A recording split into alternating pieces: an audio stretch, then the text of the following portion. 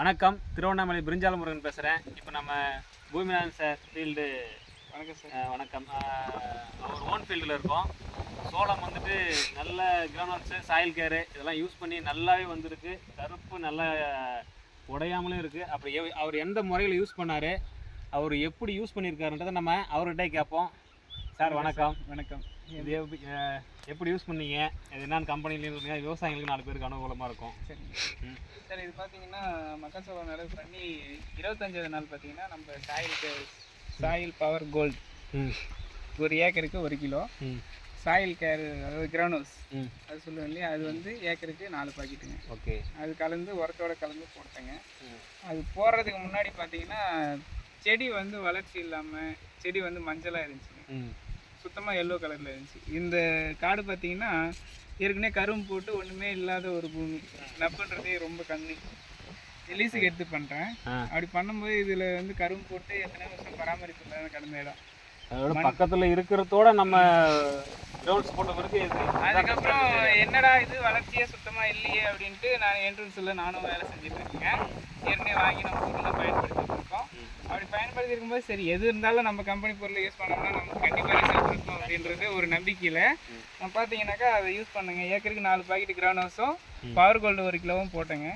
போட்டு யூஸ் பண்ணும்போது பார்த்தீங்கன்னாக்கா யூஸ் பண்ணி கரெக்டாக 5 நாளுங்க செடியோட கருப்பு நிறம் நல்லாவே தெரிஞ்சு, நல்லா மாறிடுது, பிரைட்னஸ் நல்லா தெரிஞ்சுங்க. அதுக்கப்புறம் தாங்க எனக்கு நல்ல ஒரு தெம்பு கிடைச்சிருக்கு.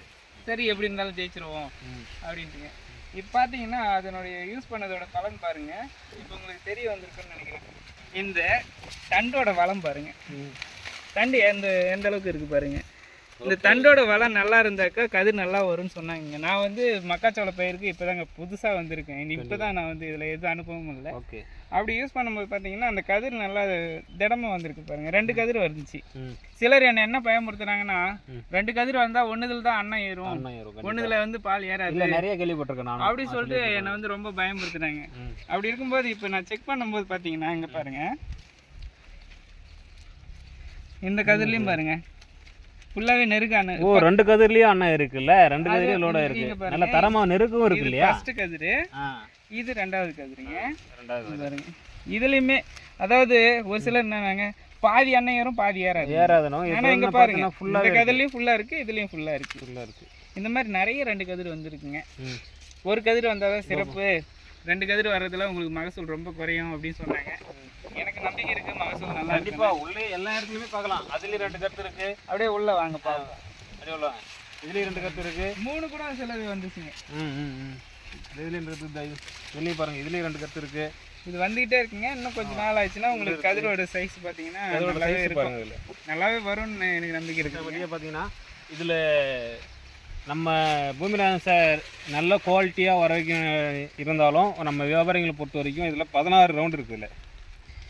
அதாவது இதில் பார்த்தீங்கன்னா இந்த வரிசை வருது இல்லைங்களா, அது வந்து 14 இருந்தால் மீடியம் மகசூல் வரும்னாங்க. 16 லைன் வந்தீங்கன்னா உங்களுக்கு தேவையான மகசூல் கிடைக்கும் அப்படின்னு வியாபாரி என்கிட்ட ஒரு ஆள் அறிமுகப்படுத்தினாங்க. இப்போ 16 எண்ணி பார்த்தீங்கன்னா இதில் 16 லைன் இருக்குது உங்களுக்கு. அதுக்கப்புறம் தான் நான் உங்களுக்கு ஃபோனே பண்ணேன், நல்லா இருக்குது சரி அப்படின்ட்டு. நம்மளுக்கு யூஸ் பண்ணது 4 பேருக்கு யூஸ் ஆகட்டும், நல்ல விவசாயிக்கு விவசாயி உதவலைன்னா யாருங்க உதவுவாங்க அப்படின்ற ஒரு நோக்கத்தில் தாங்க உங்களை வர வச்சோம். எனவே இந்த கம்பெனியை எனக்கு அறிமுகப்படுத்தி இந்த கம்பெனியில் என்னை வந்து இவ்வளோ தூரம் கொண்டு வந்து இந்த கம்பெனி மேலே மென்மேலும் உயரத்துக்கு எனக்கு ஹெல்ப்ஃபுல்லாக இருக்கிற முருகனுக்கு நான் இந்த நேரத்தில் ரொம்ப நன்றி சொல்ல. நன்றி, வணக்கம். நன்றி.